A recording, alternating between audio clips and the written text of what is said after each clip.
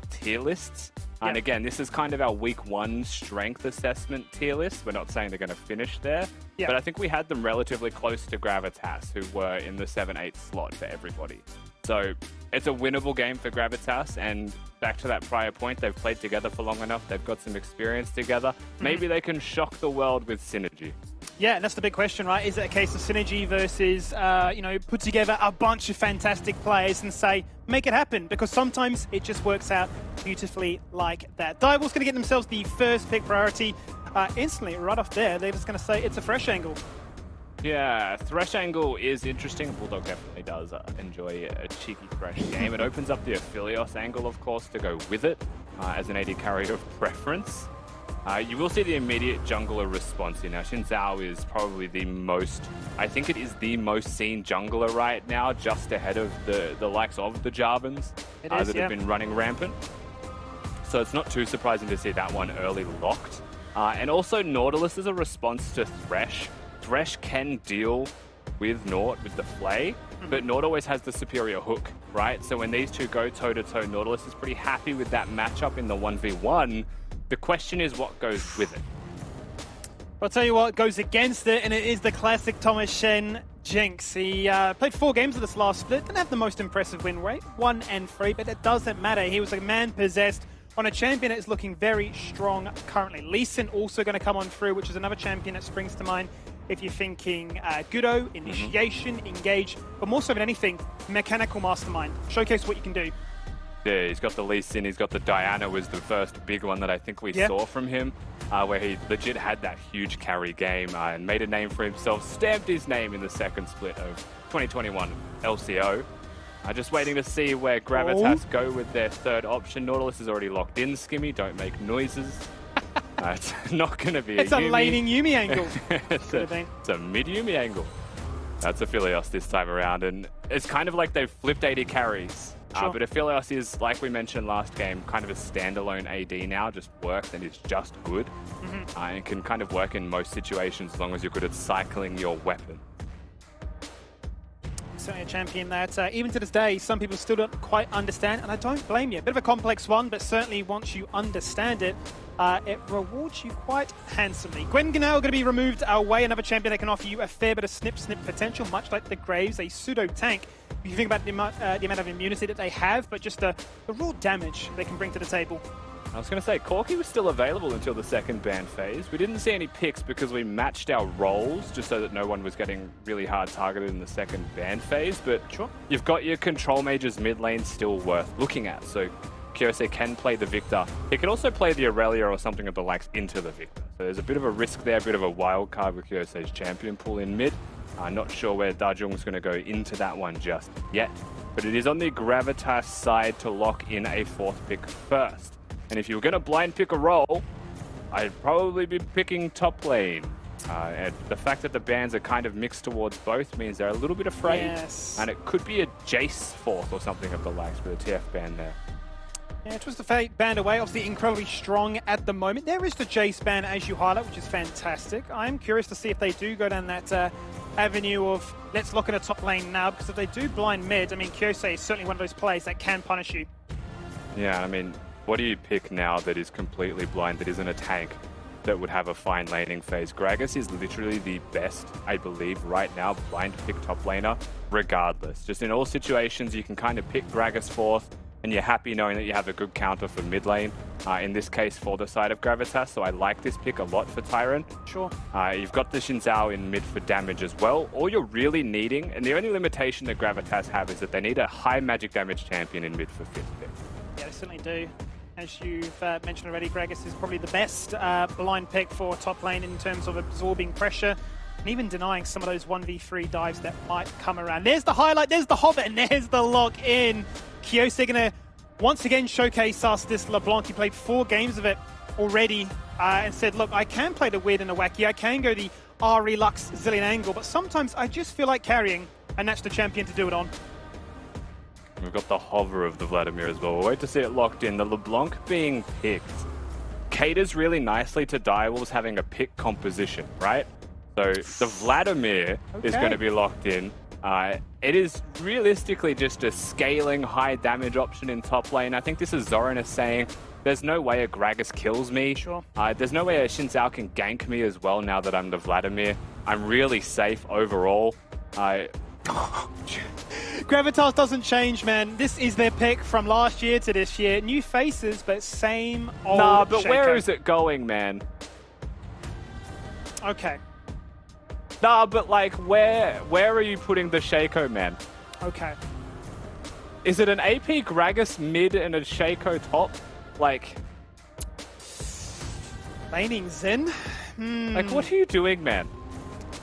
Let's lean back and ponder this one for a second as we try and comprehend what that might be. Well, we just have production.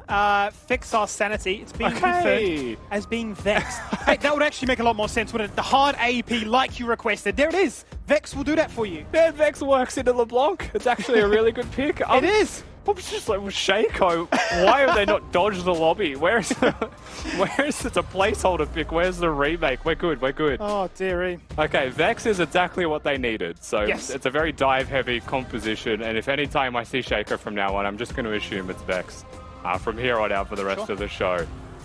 Yes, I mean, it's the latest champion, right, that's come into competitive. I mean, it feels like a world since all these new champions have happened over the off-season, but Vex is that one that's going to innately with the Doom and Gloom passive, interrupt those dashes, conjure up a fear, be a nuisance, look to try and dive in with some resets of our own to match that out of LeBlanc and say, I'm you, but just better. Yeah, it's funny with how this matchup's going to play, though. The thing that still stands out to me, Skimmy, above everything else is that it was just a blind LeBlanc. And it's kind of like a Victor deterrent, if that makes sense, right? Sure. You pick LeBlanc, you say, I dare you to pick Victor, it's a free matchup, you kind of win the game. What kind of mages do you have? And I wonder if this is kind of a case of Gravitas saying, surprise, we have been playing Vex all along, right? And it was like a revealed pick. I think LeBlanc will be fine, but Vex is a team fight mage that scales. It has really good wave clear as well as she starts to get levels and can kind of run away with lane control where LeBlanc really can't. Not as much, but certainly, if we know any person that's going to look to try and flex it and not really care about the matchup at all, it is that man as Kyose. Loading into the Rift here for the second game of the LCO, as we get to see some new faces in Direwolves and Gravitas showcase their might once more. And as we do so, we get another chance to check in with one of our coaches who's actually returning this year. Used to actually don the colours of Gravitas. It's Poltron. How are you? Hello. Good to be back. Thanks for having me. Yeah, great to see you back in the scene and, continuing your great work. Hey, I want to ask a simple question as we've condensed things down here. You joined the Direwolves as a coaching package, it looks like, with Alexis, alongside Kyose as well. So the three of you have come over. What can the fans really expect of this team? Well, I think our skill ceiling as a team is honestly very, very high. I do think the first 4 or 5 weeks we're going to spend time ramping up, but definitely towards the end of Split 1, I do think we can contend with the top 3 teams, take some wins off, Antoinette, Chiefs, Order, really make our mark. For sure, and a similar sentiment that I share myself. And finally, before we do jump into the action to avoid any first blood misses, is there anything you want to say out to all the Direwolves or even just the LCO fans in general? Keep supporting us, we really appreciate it, and we'll do our best to give you a good show. Fantastic, mate. Appreciate your time as always. Wish you boys the best of luck and we'll catch up soon. Thank you. Catch ya. Always nice to see, similar faces return in different areas, but the fact that they've come together as this package, I mean, surely, Rusty, having a coaching background yourself, it must be nice to have another person on board with the same ideas of what you're looking to try and push forward. Oh, absolutely, especially in a coaching role, right? If everyone's aligned with your philosophies, your goals, anything that you have going on, it's crucial, right, for the success of your team. We're seeing a lot of aggressive trading early mid here as we're talking through this, but it's exactly right, and it's good to have Poltron back as well. As you highlight, both are running the Electrocute rune, so being very aggressive to proc that nice and early, but the one benefit is that DaJeung has the Ignite, so getting closer and closer to all-in potential. Certainly is, and looking at this matchup as well, we kind of highlighted this. It's not that bad for Vex. One of the main reasons for it is if you think of the trade patterns of LeBlanc, and now that's on our screen, it's a great opportunity to talk about this. You have the fear. And that is the fear, and that's the all-in. He's miscalculated, Skimmy. He was just a little bit off the damage that he needed for it. So a nice try. I love that aggression from DaJeung, but the thing that I was going to say for this matchup is LeBlanc comes into you, LeBlanc loses. So this is one of those moments where you've kind of revealed your hand. You've actually just used Flash Ignite for a non-kill into a teleporting mid lane opponent who gets to come back with full health. So this lane actually goes back to even realistically from the lead that DaJeung got in the 1v1 from the champion matchup. Wouldn't that have been an opener, a welcome invite to say I am the new man on the spot. I've come from grassroots, I'm now playing in the big leagues, and you don't really intimidate me. Exactly what you want to see, Skimmy. You want killer instinct, right? And remember, you're against such aggressive mid-junglers. If you're not being aggressive, then what are you really doing to win this game? Knowing that they could have such high variance, you want to expose them when they make those errors, kind of force them there. So unfortunately for mid, like we highlighted, it kind of goes back to even, if not a little bit favored for Kyose overall. Looking towards bottom, like we said during draft phase, you kind of look at the Nautilus into Thresh matchup and say it goes Nautilus's way. Thresh can still weather the storm, but it is always going to be more Nautilus-centered overall. Jungle matchup is kind of a wash. Both just do really high damage to each other, so it's about who gets the jump. As per usual, I feel like I say this every game, Skimmy, with junglers. It's just the way that they go. Top lane is the one place that we really need to kind of just keep tabs on, because you'll always see Gragas top laners, right? And it depends on how good the Gragas is, it feels like, as to how the lane goes. Because a good Gragas punishes everyone, even in matchups where you feel weak, and a bad Gragas loses matchups where they should survive. So I think we continue to keep our eyes on that one. If the Vladimir gets through even, that's a major win for any Vladimir gamer. For sure. I mean, given the fact that the current trend for Gragas around the world right now was to run the chem tank, opt to go for that tier, transition it into a Fimbulwinter at some stage for the mana to sustain, the HP gained as well. If you're just scaling up casually against Vladimir, I mean, it's a ticking time bomb. Yeah, and you know, there's options for Gragas. You can go the Fimbulwinter tank build, which is the most likely. We have seen some Gragas builds that go the Everfrost as well, so it depends how you want to play this one out.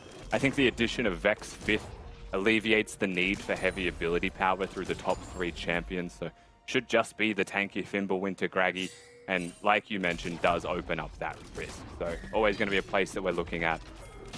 And as for first moves, you know, we haven't really had a chance to talk too much about activity over the map overall. There really was just the aggressive attempt in the 1v1 mid, both junglers pretty casually farming. Here we go, another chance to showcase what they can do. Maybe Kyose's not calculated it too kindly. The Ignite is there to flash away! Doesn't matter! Now it does. Instant trade back there from Goodo, and 2 kills, lights out, first blood. I mean, you're pretty happy with that one if you are DaJeung, right? You just auto-attack, and your opponent eventually is going to die, so keep count on the amount of autos there. Looking bottom real quick, Foreigner is here, and Lantern was used. They're in trouble. Oh, fantastic. Look at the positioning. Bulldawg caught between the wave. There's the Graviton, locks them in place. Actually, no Graviton, not even required, doesn't even matter. They're going to find that easy kill. Looking for a potential dive. Foreigner tanks 3 turret shots, the flash fall with the passive and the hook. And Gravitas say, what's up? There's a double kill. Oh, Goodo. Goodo. He's just playing cleanup right now. Janitor from mid to bot. Gonna snipe away another kill. And health bar too low to find much more. But the game just completely exploded out of nowhere. Yeah, and this is huge for Thomas, Shen, and for Vxpir in bot lane, right? That 2v2 is prospering from that skirmish. Now, you do have the Supreme Janitor in Goodo, currently top of the gold in the entire game. It's going to be 2-0 on this Lee Sin. That is going to be an absolutely monstrous jungler for the side of Direwolves. And we'll see what happens top lane, because we did miss this one. It is a level 6 Vladimir against a level 5 Gragas that has no mana.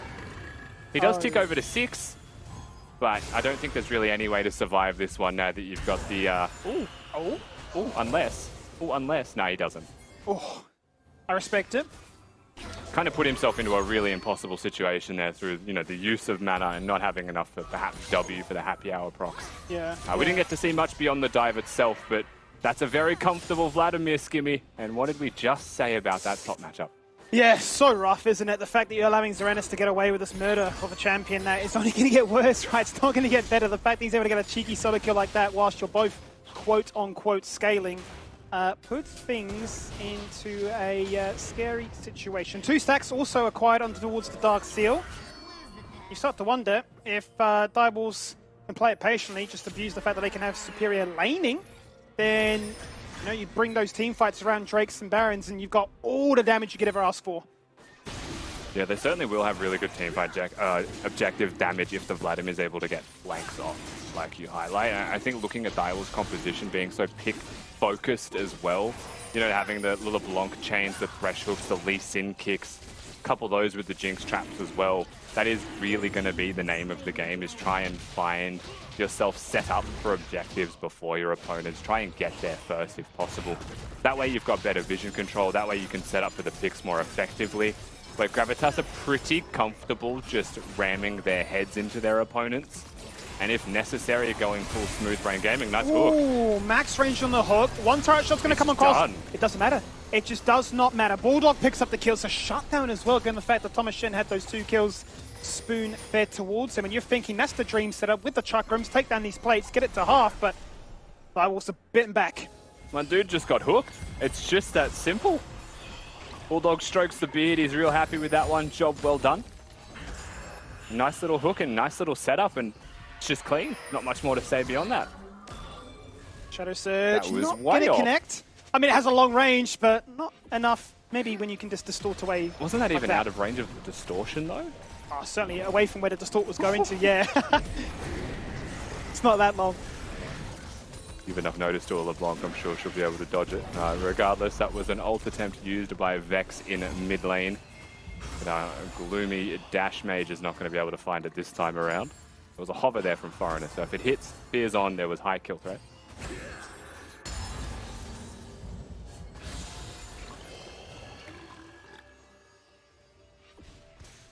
Tyran just really pushed up against this turret. And I suppose this is maybe a good chance to start talking about some of these TP changes, right? The fact that, if anything now, a good top laner is being rewarded. Yes, you're TPing back to a turret as opposed to the wave where, a situation might have been presented before. You're winning, you crash, you TP straight back to the wave, and you're bullying them once again. That's not going to be the case as much. You can't even TP bot lane to try and snag a kill on the flank, so you're pretty much locked in that lane, and if it's gone kind of wrong, you find a CS difference like this, and it's not going to get much better anytime soon. Pan across to mid, there's the chains, there's the stun, and there's the kill, as Goodo picks up another. Yeah, Goodo, a greedy boy. He wants to make sure the kill is secured, and it is by him. And at least in now 3-0. Frost does not die in bottom lane, even though Vxpir and Thomas Shen attempted to push him past the turret. He's able to just walk that one out. No flash from the Nautilus makes it hard to cover all of that distance.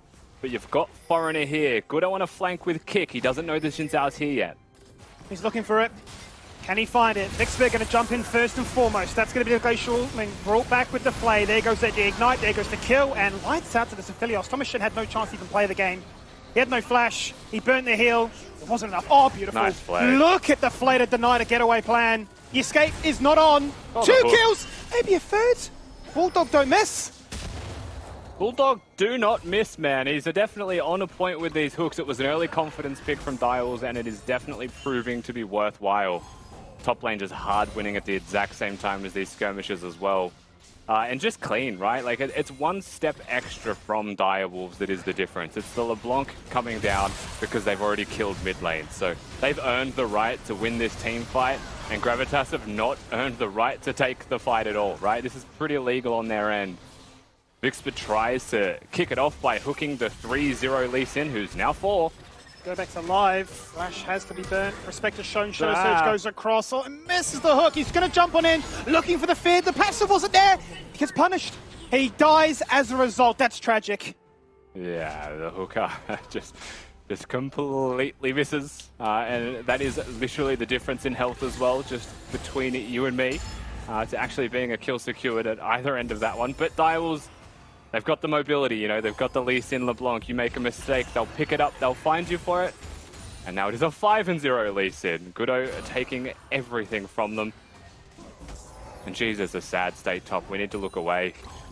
It's just a 0 mana Gragas who hasn't had teleport. I said look away. How have you managed to do that? All right, man. Zoom in. All right, man. Amplify. Oh, sad times. I'd be curious to see how many of those grasp stacks he's actually been able to achieve as a result. It looks like he's always no matter whenever We check in. He will go back to base and be able to pick up a chem tank at least, and perhaps make his life a little bit easier in trading numbers. But I feel like I've seen this game before come from Goodo. You mentioned already the Diana performance. The one that stands out for me was against Peace, where it went like, what, 45 minutes? He was like basically Astro smurfing. They were just unable to close out the game and get the win, force the upset. But 5 kills like this, very strongly Xin. No, I do remember the game you're talking about. That is absolutely the one that I was thinking of when I think of Goodo and his best performances. That may have been his first game, or thereabouts as well, in the LCO. Just trying to remember back to that one. Nevertheless, he's obviously still here and definitely still improving as time passes. Foreigner still looking to draw a line in the sand here, though. You've got the Infernal Dragon up and ready. And Gravitas, they want to fight for it. No teleport, but Tyran already here. So Dire will probably give and try and steal only. In they go. They will not find it, but can they disengage away? They can. They got mobility. Hook goes out. Not going to connect. Would he have wanted that? That is my question, because quite honestly, you got a Vladimir that is split pushing without a teleport, getting more and more farm by the second, up by 30, soon to be 40, and coasting through to that second item spike, where he's saying, give it a bit of time. We talk about 20, 25 minutes. I'm playing for a Soul. I'm playing for a Baron. I'm playing for a Hemo Plague, which will just win the game on its own. So there is 5,000 gold between both of these teams at 14, right? That is nothing short of significant, but there is at least a win condition on the side of Gravitas. They could be 10k down, you get the chem tech. You've got a chance because you've got 2 lives apiece and everyone's a Scion. Very similar to Everyone's a Drum. It's the sequel for League of Legends. Oh, the Lantern just completely nullifies that. Oh, does it? That's not it. Traps go down. Oh, Vxpir. Oh, no. That's not it, man. That's not the hook. Oh, Vxpir seeing angles that just shouldn't exist, I won't lie. Another kill goes to Direwolves. If this is a kill that goes the way of Direwolves when it's Gravitas making the play, that definitely summarizes the state of this one, Skimmy. Bit of a disconnect there, wasn't it? Xin saying, I'm going in. No, I'm not. There's the Lantern. And he's just screaming, I've hit the hook. And as good as it was, even with the Aftershock, it was not enough to survive in that situation. Goodo's then going to take chance to pretty much walk into the river, uncontested, no vision, no worries. Say that Herald is ours. So Gravitas will return to the scene of the crime and get their first turret. So, Skimmy, a concept you may or may not be familiar with is the dynamic between mid laners and junglers in competitive League of Legends, right?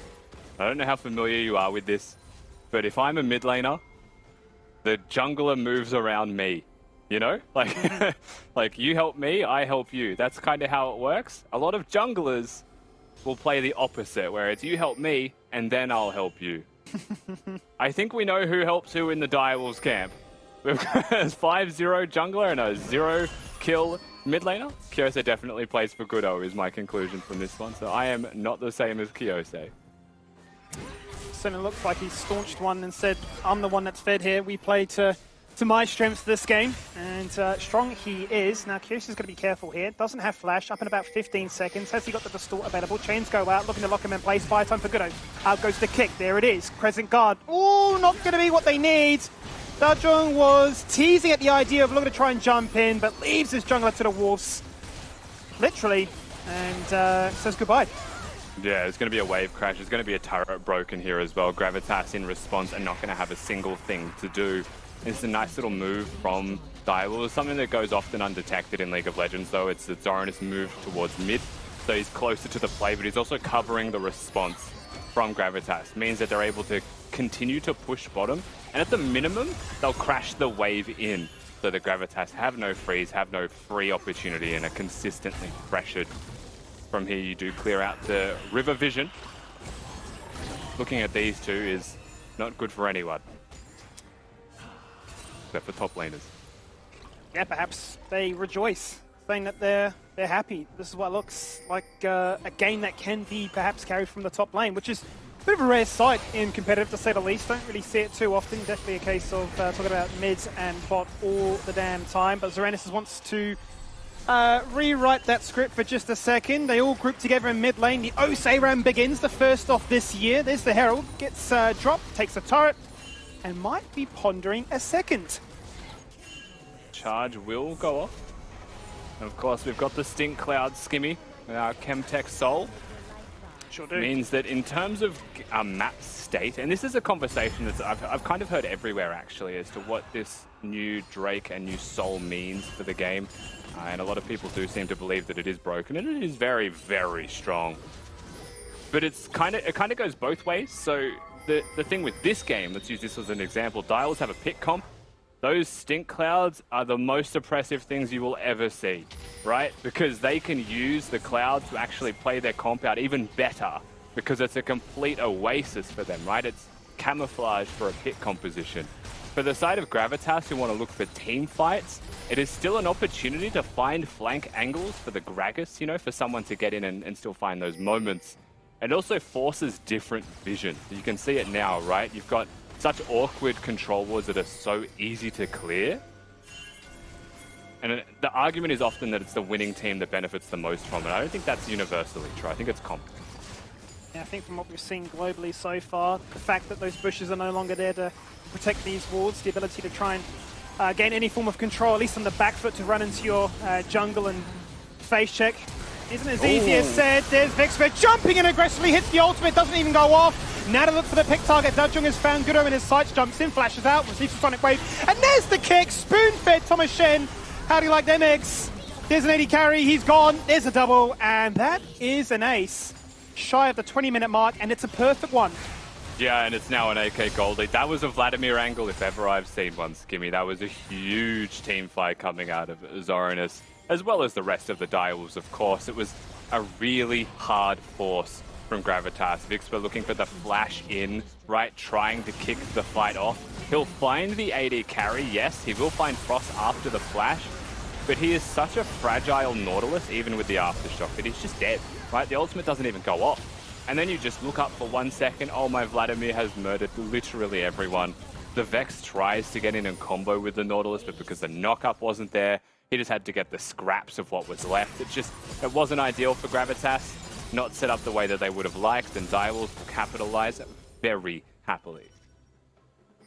So much so that they now have a 10k gold lead at 20 minutes into this game. They've snowballed from the very get-go, and they've retained it. I suppose in terms of risk assessment, there have been chances where they could throw it all away, but they haven't truly been punished on that fact. They've retained these bounties. There's a lot of wealth that still can be acquired, both in objectives and in kills, but Gravitas haven't really been shown a window where they can reliably look to claim that many. DaJeung definitely caught here. Locked in place, one stun goes out, there's a fear! Oh, the Shadow Surge. I don't know if that would have been enough, but he tried. He certainly did try. And locked inside his own jungle, the pick comp finds the pick. Yeah, that's a pretty big error there from DaJeung. I know this game state is nearly unplayable, so like I don't want to fault them too much, but that's not your jungle anymore, you know? No matter how close you get towards that Baron pit, it's not safe. Once again, it's a pick composition. The fact that your Xin Zhao is farming Gromp while your Nautilus was trying to get solid vision means that they're not going to get enough deep wards to sustainably walk through there. So it's not your responsibility to walk through there afterwards. Direwolves, they want the fight. Well, here they go. They're going to go for the 4v5 as DaJeung is only now respawning. Tyran gets knocked out of play, looks to try and burn his own barrel. The cast doesn't really do what is required of anything aggressive, much more the opposite, wants to run away. Goodo instant flash, kick back into the lane, hello again. Back-to-back deja vu, he don't miss. Much like the Thresh, they are the playmakers, and they are giving us something of a spectacle. Another fear comes across here as zorenous is looking to try and keep them all zoned away. Tides of blood, there's the sustain. And let the rest of the team go back to Bazza. That's it, right? Push the mid lane. There's no way that those two that are left alive in a Vex and a Nautilus are going to be able to stop you. So you just staunch them off completely, just broaden up those shoulders, be drag coup for a hot minute, and just push them away. That is going to be a Baron secured. That 10,000 gold lead fighter, this is another team fight that accelerates. This game is completely unplayable from this point out for Gravitas. Even if it was difficult before, it's nigh on impossible in every conceivable manner now. As you can see, Gravitas, they at least get to the river, right? And they've got Kyose chunked, so the flank wasn't going to be there, but it's as simple as a Lee Sin hitting a Q, and then he's just done. Thomas Shen gets kicked back over the wall, Jinx gets resets, no such thing as a team fight this far down if Jinx gets a reset. And Zorenous is just going to play them all for fools over here. You cannot touch this Vladimir, he is unstoppable. Certainly is at a 404 scoreline as well. Only 3 kills found this game. It's a bit of a storm. 19-3 is the scoreline. The gold matches that. The Dragon was never even a priority for them. They had their sights set elsewhere. And now they've got themselves locked into this bot lane to find, I should say, their very first inhibitor. Yeah, so they're choosing to play 2 lanes. They're going to look towards mid and bot, which is perfectly fine. No teleports other than Kyose, so the LeBlanc is going to be on that flank angle, which is really oppressive, actually. Having a LeBlanc on the flank, especially in a winning situation, she just comes over the wall, pokes your carry, that's half her health gone, right? And it doesn't necessarily matter about sinking those waves and actually having them match up to push the turrets. The damage that you deal probably adds up to be more than enough anyway. Still sink the waves if you can, though. It's good practice. It really is. There's a bit of an art form to it. 1-4 continues.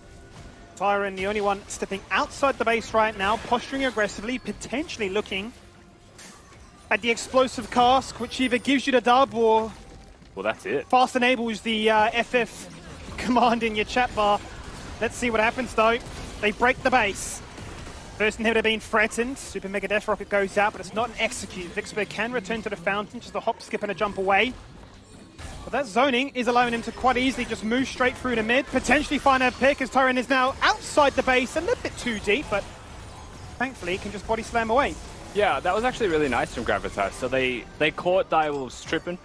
They weren't there putting Baron buff on the mid wave, so they actually collapsed on it. They killed it as fast as possible, and they did actually clear all 6 minions before Direwolves got there to reapply that buff. They will be losing a Drake for this, and it just buys an extra, 30-odd seconds for the side of Gravitas for this Baron to dissipate and for them to continue to farm pretty happily, as the only happiness they will find in League of Legends right now, Skimmy, is through the murder of minions. There's really nothing else.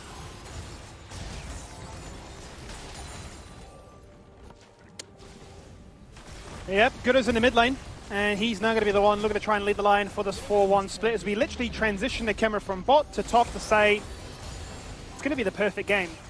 Chronological order, tutorial style gaming, make sure that there is no gold left on the map, no out, no chance.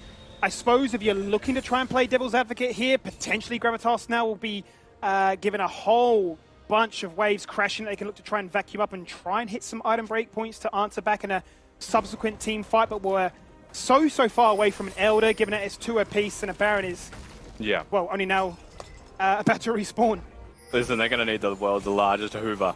Yes. It's going to have to be bigger than the bloody dam to have a chance to get enough money in this one. They are so far down at 25 minutes just by gold value. It's a Vladimir with a lot of that gold as well as a Jinx. So as much as I want to help you play devil's advocate, and that's the number one thing that I will often say, Skimmy, I'm right there with you, is you're just giving them free money if you take that inhib. You're not giving them free money this time around. It's just a pressure point, and that pressure point's all you need, right? A slight hit on the wound and the game ends.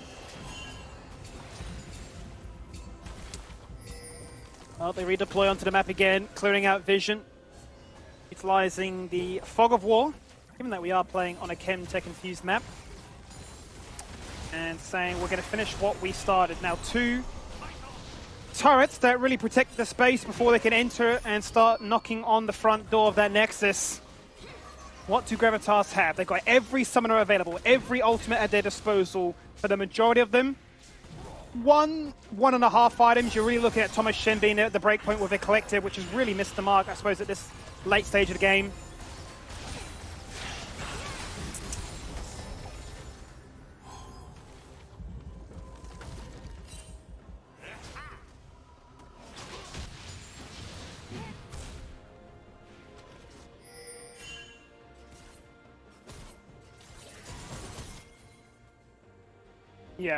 Yeah, and I'm curious to see if they can, sort of act on those impulses of saying, you're ahead, we understand that, you've got a huge CS lead as this Vladimir, and you don't have TP.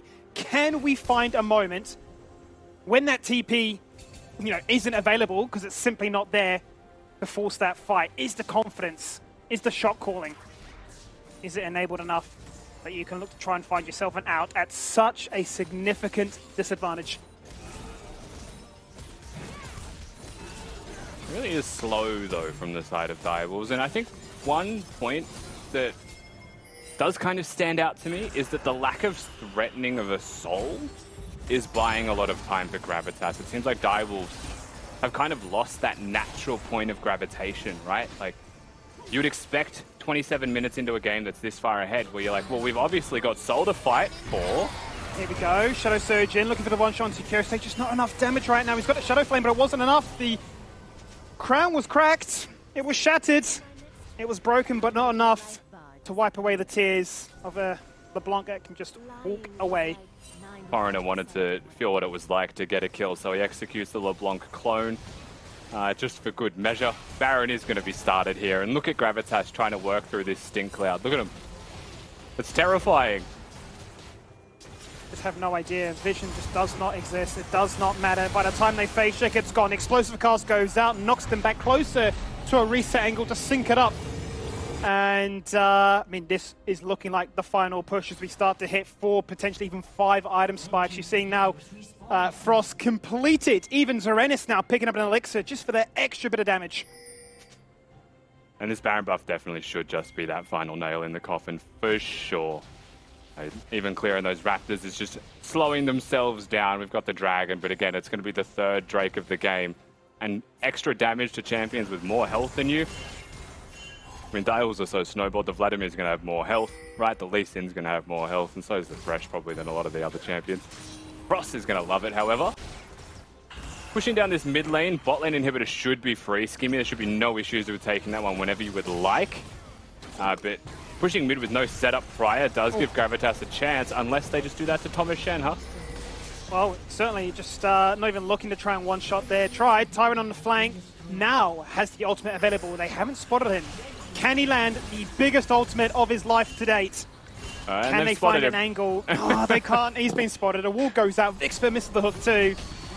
And this really is, as you say, that final nail in the coffin. Triple inhib capped. 1 respawns where they began this journey. And Tyran, who was on the flank, is now the one being flanked. 5 members turn their sights onto him. And Frost is looking to get excited. Looking to try and find some kills, run amok. And pad that kDA just a little bit more than the rest of his team. Yeah, and realistically, this is the minion wave that they need to end the game. They should be able to hit the turrets. They should threaten the dive. You need to engage if you're Gravitas, but it's already too little too late. Bulldawg misses the hook, but Vxpir doesn't. As a result, Foreigner jumps in. Crescent can't burn nice and early. Sterix Gage is there for the shielding. Not enough to shield all that damage. Hang on a minute. Thomas Shen, 1v9, tries it down. What? 20k gold, and he finds so many. It's not going to be a perfect ace. It's not even going to be clean. A flash away from Frost. Shadow Surge wasn't out. But he will be denied that, much like they will be denied a victory here. There is the delayed ace, and at 31 minutes, Direwolves kickstart their season with a win. Clean win from the Direwolves, but damn, Thomas Shen, that was